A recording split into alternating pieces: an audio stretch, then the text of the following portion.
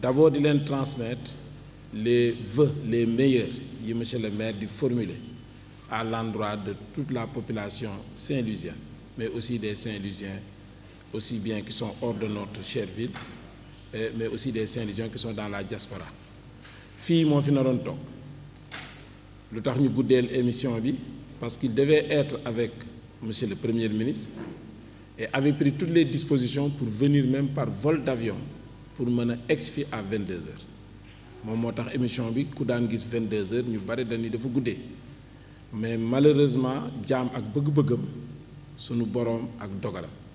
ba heure bii ñuy wax eggagul Kaolack te Kaolack moo am aéroport bu avion mën a jóge pour mën wàcc ci Ndar man nag il m'a pris au pied levé après ñu waxtaan ak sunu ay xarit yépp d'abord ma leen di remercier di leen féliciter ndax fi ma toog ku nekk ci ñoom mën na fi toog et peut-être même ku nekk ci ñoom su fi toogee dina jox réponse yu gën a pertinente même réponse yi may joxe ci seen modestie ak ouverture moo tax ñu jox ma cër bi ma ñëw toog fii xam naa droit d'aînesse la rek mais loolu ma leen ciy remercier bu baax ndax lu ma fi mënte wax rek on travaille ñun ñëpp la main dans la main derrière notre leader Amadou Mansour Faye le ministre maire et comme ni ma ko waxee rek fu ma mën a toog mën a répondre Bamba mën na ko Babacar mën na ko Asmalik mën na ko ak sama mag aussi Cheikh Samba Sène bi ñëw léegi ñun ñëpp mën nañ ko mais je pense que c'est un problème le maire mi ngi regretter ñàkkam ñëwam nee na nag ce n'est que partie remise c'est vrai que la période de pré-campagne commence ce soir mais je suis sûr que dès que la campagne va s'ouvrir il va commencer par faire cette émission pour parler avec les Saint-Louisiens maa ngi nuyu aussi ñi fi teew ñëpp au nom de monsieur le ministre maire ndax xam naa ni moom ñoom la ñu wuy si moi je l'ai remplacé rek au pied levé d'accord voilà amoon daal lu may wax en guise d'introduction souhaiter aussi que li ñu fiy waxtaan dina amal njëriñ képp ku ñu consacrer temps pour déglu je veux xam nga monsieur le maire Mansour Faye bi muy demee 2014 di laaj ñu jox ko commune bi dafa amoon ay slogan ndar leer nañ ndar set wecc mu def ndar dëkk boo xam ni il fait bon vivre dañu koy wax avec un peu métit lu ndax suñu dëkk bi dañ ko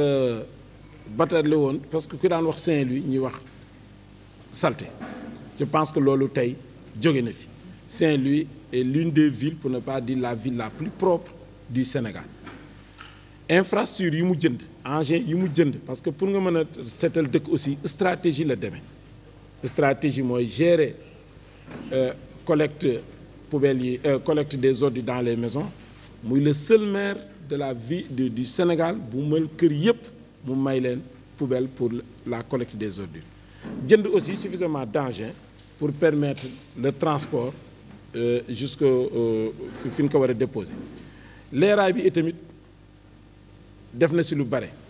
mais budget bi nu voté samedi bële il a demandé qu'on fait une opération minimum entre 1500 et 2000 points lumineux yu nu war dugal ci quartier yi donc dama wax dëkk bi leer na mais dina naññ fii ak ñaar ba ñetti weer beneen bi tamit c'était une ville fait bon vivre suñu dëkk bi place publique yépp mën nañu wax ni ndax était en péril quelquefois na moo wala fi moo may xaw a rëcc et aujourd'hui place yépp da ko defaraat defar ko defar boo xam ni vraiment suñu place yi suñ koy comparer dañ koy comparer place publique yi gën a nekk dans les grandes ci pays yu mag yi et am na sax ay avenues ou bien des berges qui étaient totalement envahies par des occupations anarchiques mën naa ko jëlee ci dex gu ndaw gi côté sanc ba wetu marché Ndar aujourd'hui loolu yëpp def na ko ay pavage aménagé ko ba soo fay doxantu dans la soirée tu vois Saint-Louisien yëpp taxaw ci et mieux maire yi aussi décidé amoon comme ambition que kuy dem ci jàng ndax ñun école élémentaire mooy responsabilité commune que dem ci jàngi privé wala commune wala ci public dootu nekk contrainte day nekk lu nit ki choisir ndax ñu bari dañ doon dem ci privé yi ndax école publique yi état bi muy nekk doo sax am day nekk état bu xaw a délabré loolu nag mu def ci programme bi ñëwul pour retaper ay école ñëwul pour retaper ay classe day ñëw daaneel totalement école tabaxaat ko defaragum na si benn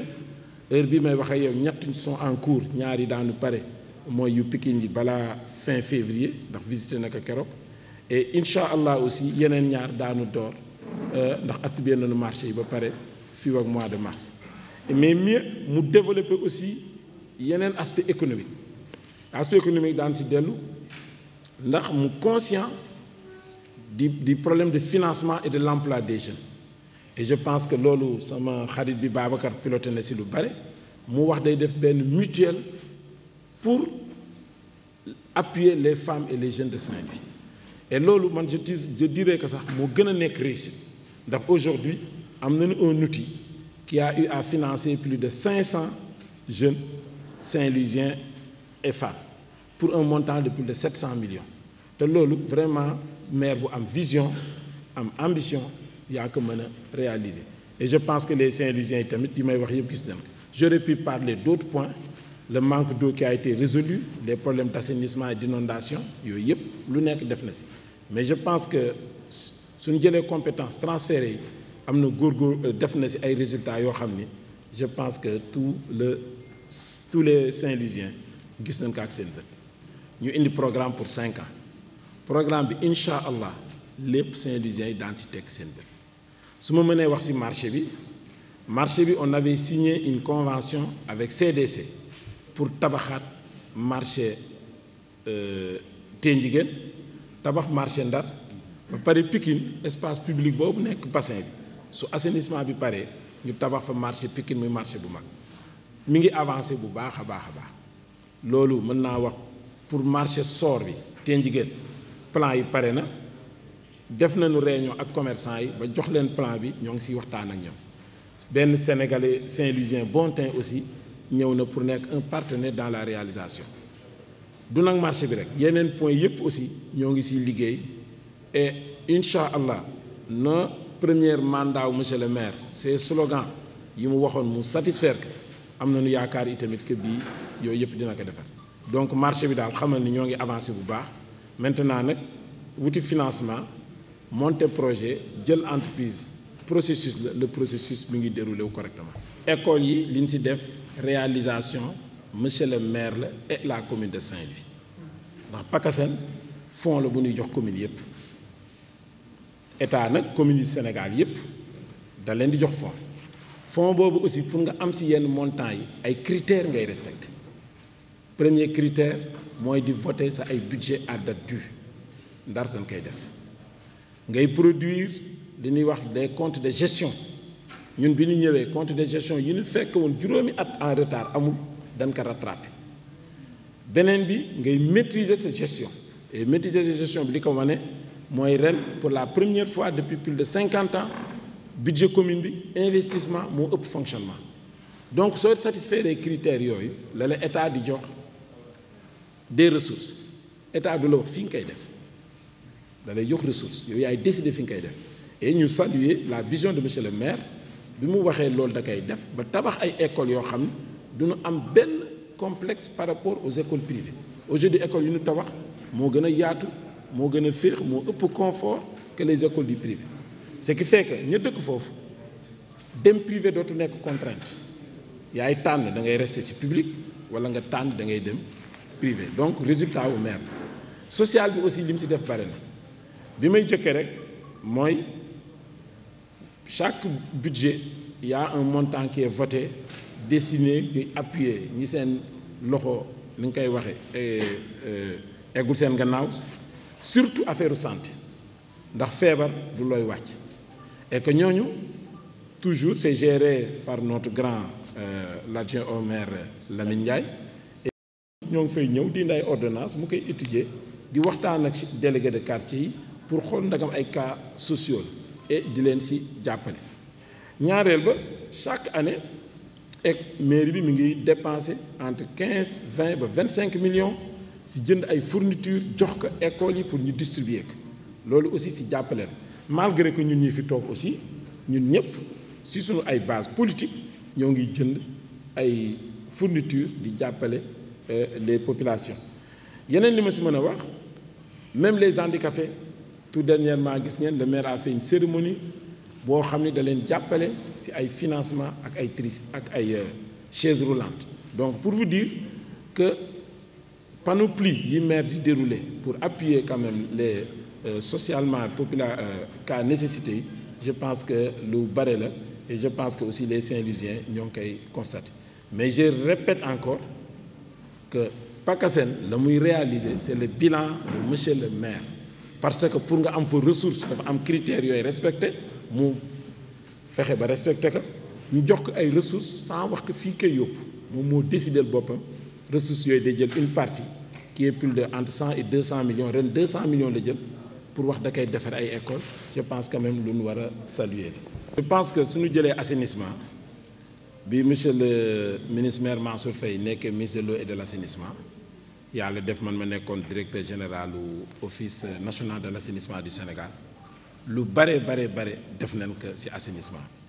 plus de 30 milliards de francs CFA. du ma mën citer lépp fii mais dama koy gàttal. Si la Ndiolofène amee assainissement collectif des eaux usées, mën nañ wax am na partie bu des, mais si la ko amee. Si la ñu defee itamit assainissement des eaux pluviales, station yi ñu fi fekkoon yépp mu yàqu, si période boobu lañ ko defaraat, si lañ defaraat bu Jaaminaar, defaraat bu Jawlinga, defaraat ñetti Pikine. Si la ñu fekkoon station de pompage bi nekk Goxu Mbaaj ak bi nekk Nord amul pompe, amul groupe, ñiy ñëw di indi pompe di ko abalante, loolu fa lañ ñëw équipé ko bu nekk am ñaar ba ñetti pompe ak groupe électrogène. ñu tabax aussi ñetti station de pompage yu bees, tabax nañ ko ci biir stade Mawade Wade pour mu jël zone boobu, ñu tabax benn cité ñax, tabax benn aussi ci tali bi dañ ko tuddee Gorée rek mais gën a sore Gorée parce que mu ngi nekk gannaaw raay. Et mënoon naa ci continuer ci beaucoup d'autres domaines, et même le projet en cours de Pikine qui est d'un montant de 9 milliards, c'est vrai que causé na beaucoup de nuisances waa Pikine yi ñoo ngi koy mettitlu a nga ànd ak ñoom ci mettitlu bi, mais beaucoup de choses ont été faites pour l'assainissement. Suñu dëkk yi nag, à ma connaissance, et j'ai dirigé aussi l'ONAS durant 5 ans, amul dëkk boo xam ni tout est assaini de manière am assainissement collectif, tout le territoire. Mais dëkk yi ëppale réseau d'assainissement collectif, eaux usées et eaux pluviales, Ndar ci la bokk. Ba sax député yi bi ñu defee commission d'enquête parlementaire sur le programme décennal de lutte contre les inondations, ci conclusion yi dañu faral Dakar ak Ndar, loolu mi ngi ci conclusion yi député yi bi. Donc beaucoup de choses ont été faites, xëy na des na, mais daan ci gën a góorgóorlu. Mais li koy gën a wane rek mooy Ndar da daan taw,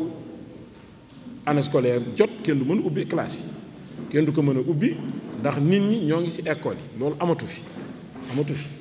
lu mu avenue donc la pour avenue de Gaulle bi avenue Macky Sall yow sa yaa ngi may diyo ba sa erreur bi waaw assainissement wu Pikine man dama koy wax ba nar sax am problème ndax rien ne justifie retard bi assainissement boobu am, ndax bi Mansour Faye nekkee monsieur le ministre te ma ngi fa jóge defe naa ci 2019 loolu amoon na financement ba ñu jël entreprise ba moom mu ñëw lancé ko te nag lu am financement extérieur mooy l'argent est disponible. Am na ay jafe-jafe arrêté kenn comprendre, mais il a fait le plaidoyer ba indi fi monsieur le premier ministre Amadou Ba. Bi premier ministre Amadou Ba ñëwee waxtaan visité ko jël les choses en main, woote benn réunion à la primature, donc aujourd'hui assainissement bi reprendre na. Et keroog bi monsieur samedi bële bi monsieur le ministre maire des visité écoles yi, effectivement romb nañu entreprise ñoo ngi liggéey, ñoo ngi leen di demander ñu baral. Bi mu leen arrêté wax leen itamit jël nañu engagement fii ak fin avril daanu pare l'assainissement de Pikine. Donc loolu laa ci mën a wax, ñoo ngi nag ànd ak population yi di bokk métti lui, mais je le dis c'est difficilement compréhensible mu tardé ba léegi. Pour l'avenue du président Macky Sall, je pense que aménagement bi door na, et l'objectif du bureau municipal et l'objectif du conseil municipal, l'objectif de monsieur le maire, c'est qu'à la fin de ces travaux ñoo ngi fay def loo xam ni tey oto doot fa mën a yéeg, daan fa monter daan fa installer ay palmiers, ñoo ngi leen di préparer benn ak benn di leen teg, su paree daanu jël toutes les dispositions ba dootul encombré wu. Loolu moom ma dalal ci xelu Saint-Louisien yépp, vraiment daan si taxaw ñi bëgg jaay mënuñu eggale di jël trottoir bi ba effectivement nit ñi amatuñu fu ñu jaar d'autant plus que disposition yii ñuy def oto yi dootuñu mën a yéeg si trottoir yi dañuy rester si chaussée bi il faut que aussi population piéton yi ñoom ñu rester si trottoir yi et dootuñu seetaan kenn teg fa sa ay marchandises vraiment loolu processus la dalal sa xel que fii ak mën naa wax ñetti semaine ba ñeenti semaine je pense que vous verrez des résultats ndax dañuy xaar rek travaux d'aménagement yi pare. Bon pour le sport dëgg la waxuma si mais xam nga le sport du Sénégal li si ëpp solo mooy quelquefois le management et je pense que ñun ñii suñu daan yore Saint-Louis basket ñëpp di si jàpp nag je le dis ici monsieur loolu tax nañu amoon ay résultats yu probants Linguère aussi ñun ñëpp a ngi si jàpp ñun ñëpp koo fi gis mu ngi siy jàpp muy loo gis wala loo gisul peut-être problème infrastructure aussi énormément de choses sont faites je pense que fii ñu nekk maison de l'île résultat la si li maire def sur le sport vous verrez ici un terrain de basket il y a un terrain de boulodrome Sénégal yi bi ñu fi ñëwee dañu moo gën a rafet si boulodrome yi nekk Sénégal beneen bi itamit gis ngeen fi mini piscine olympique sooy dugg Saint-Louis à Pikine gis nga fa aussi ay terrains yu ñu fa def d'où il y a tous ces types de terrains il y a des terrains de volley-ball de handball de basket entre autres et les terrains comme j'ai dit vagues comme on l'appelle ici defaragum nañ ci benn Njëlofène mais le maire va faire minimum 3 à Pikine 2 sur la digue ak benn sur le bassin et l'entreprise même qui va faire le pavage à Pikine moom moo ko war defaraale donc vraiment c'est ce que je pourrais apporter en guise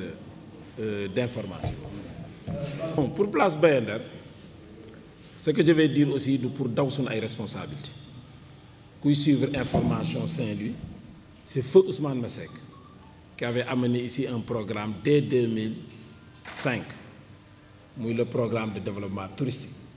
qui visait entre autres requalifier place Bayender mi ngi ko basé woon que Saint-Louis dafay bari ay événements culturels ak religieux te amuñu fu ñu ko defee mu wax da koy def place piétonne projet boobu sax li mu waajoon te document yi ma nga ADC ak képp ku bokkoon ci projet bi mën nga ko confirmer mooy soo wàccee pont Faidherbe ba romb hôtel de la Poste rek foofu lañu waroon tëjee place Faidherbe lépp nekk place piétonne su lépp nekkee place piétonne léegi ñu réserver que doomu Ndar yi ku bëgg ñëw foofu mën a doxantu su ñaari ràkke amee ñu mën ko fa defee ak yeneen activité bu am ñu mën a ko fa defee bi maire ñëwee débat bi posé wu beaucoup de réunions et même sans su oto yi dañ ko naroon changer le maire a demandé nanu yem ci place Bayender bi bañ a laal leneen ci lu wër place Bayender et loolu li ko indi place Bayender bi ok et loolu mu demandé que ñu bañ ko eggale ko def place piétonne et je pense que ni loolu day répondre les besoins des Saint-Louisiens en termes d'activités culturelles ak religieuses je pense que ku gis ñaari rakk yi mujj ñu defe ko fa gis na ne c'est beaucoup plus spacieux en termes d'organisation que li fi daan am ku gis tam festival de jazz bi ñu def ko fa ba tey ji suñu jigéen ñi sargal bi ñuy def da ngay gis espace bi li mu maye donc su place bi nekkoon na mu nekkoon avant du ko mën a maye dëgg la nag ñu jot ci entreprise qui n'a pas bien travaillé mais dalal seen xel ñun aussi seetaanuñu ko entreprise bi ñuy déglu teg nañ ko pénalité ci retard ak defar bu baaxul décompte yi mu mujj def kenn fayu ko ndax ku dem foofu gis nga sol bi baaxul après sax moom wax na da koy toj reprendre que mais puisque d'accord noonu moom mu mujj ko fa yemale léegi nag jël partenaire bi ko financé parce que depuis wax naa ne temps feu Ousmane Masseck mais nous assumons l'équipe actuelle idée bi ñu ko waroon def place piétonne comme li mu nekk donc aujourd'hui jël nañ ay entreprises yu mag parce que defaatuñu appel d'offre rek ku nekk indi sa këyit jéem ko nag dañ leen wax appel d'offre restreinte ñooñu la ñuy laaj seen biir ñëw nañu ba visiter te ñooñu ci leen jëlee ñooy defarandoo à la fois place Baye Ndar bi defaraale aussi avenue Jean Mermoz ba pare defaraale aussi le village artisanal. Pour voie secondaire yi je pense que loolu dañu war féliciter monsieur le maire je pense que aujourd'hui Ndar li mu am ci tali ci voie secondaire su tolloowul wala mu ëpp li mu fi fekkoon ci tali defe naa du ko sori ndax je pense que aujourd'hui quartier boo dem voie secondaire yi bare na fa dëgg la nag dëkk baa ngi màgg mi ngi créer embouteillage ak yooyu et dalal sa xel que le deuxième pont est bien traité au niveau du ministère. Je pense que nos amis qui sont dans ce ministère pourront le confirmer ndax conseil municipal bi nu mujj def monsieur le maire confirmé na que am nañu partenaire et que yaakaar na au début de l'année astafurlah au second semestre année 2024 deuxième pont bi dina def et deuxième pont bi day ànd ak 30 kilomètres de route yu ñuy dugal ci dëkk bi deuxième pont bi nag li ñu ko prévoir wetu maison de l'île bii lay jóge jaar cetu sud dem Langue de Barbarie donc mën nañu wax sax double pont lay nekk ndax dina relier Langue de Barbarie ak l'île relier aussi île bi ak Sor. Stade Maître Babacar Seye bàyyiwuñ ko xam nga Saint-Louis foofu mu am centre des affaires te loolu point la boo xam ni on appelle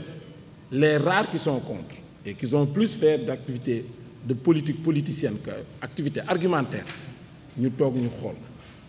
mënoo am dëkk mu am gaz ak gaz li muy àndal yépp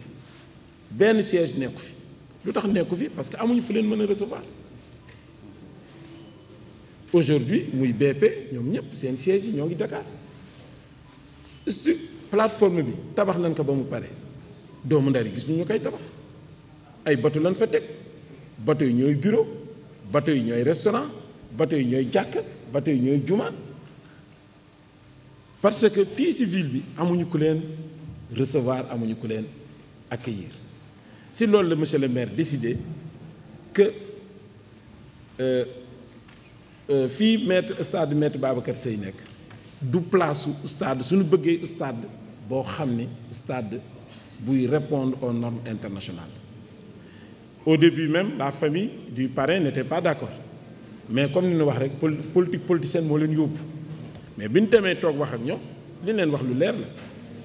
lan ngeen tànn ñu defaree leen fii stade football dimanche di fi am et cetera wala ñu defaree stade tudde ko seen borom seen waajur muy stade boo xam ni ëllëg day am Coupe d'Afrique di am ay match international ñu koy cité ci rajo yëpp ak télé yi gën mag ñoom bi leen ko waxee ils ont compris et ils ont adhéré et je pense que projet boobu j'appelle les Saint-Louisiens au nom de monsieur le maire ñu adhéré ci parce que xale yi il faut ñu am liggéey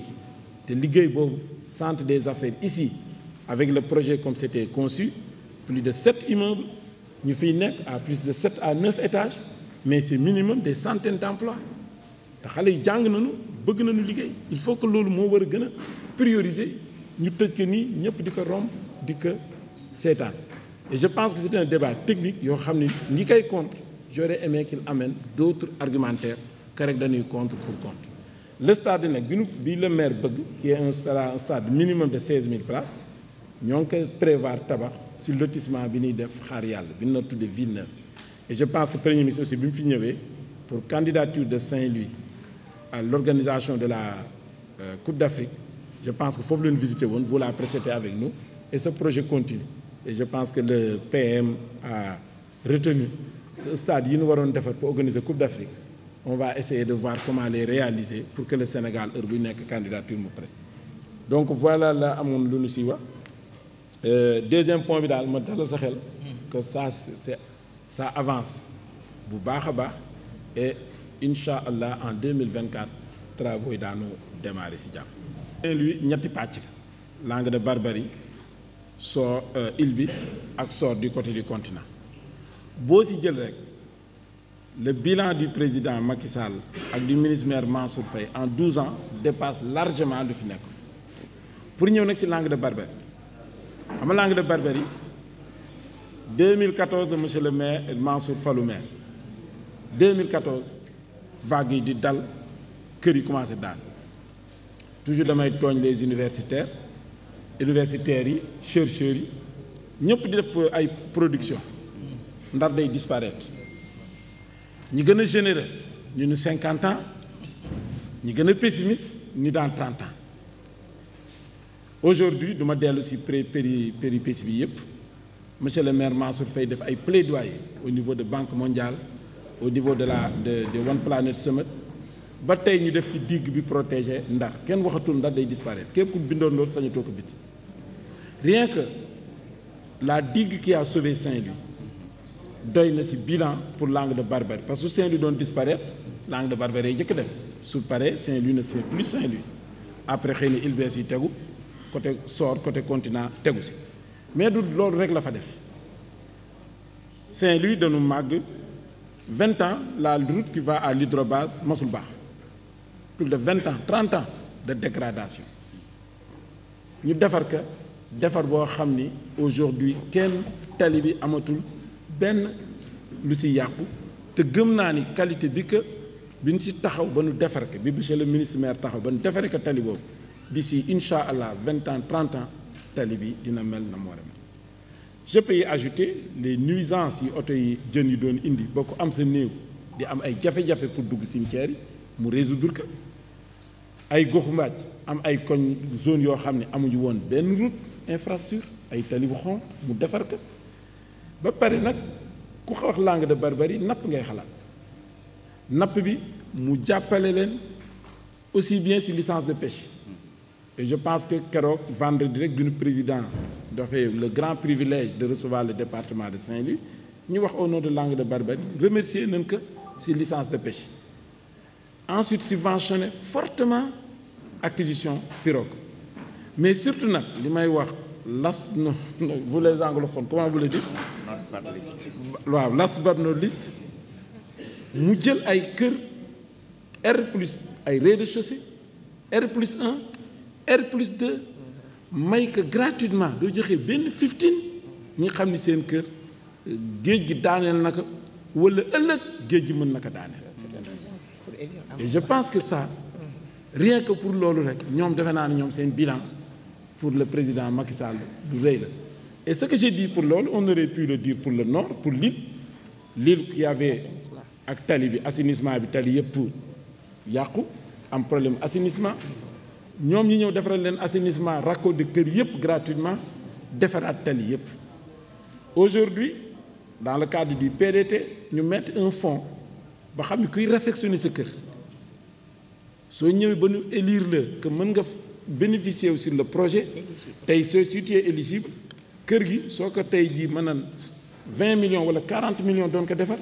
état bi da lay subventionné ba 80 à 90% maanaam soo doon def 20 millions fonds bi ñu fi indi bi indi dañ lay indil 16 millions yi ni la indil 4 millions nga defar ko et on aurait pu dire la même chose pour Sor donc le bilan je pense que aussi bien Langue Barbarie l'île et le Sor c'est un bilan très palpable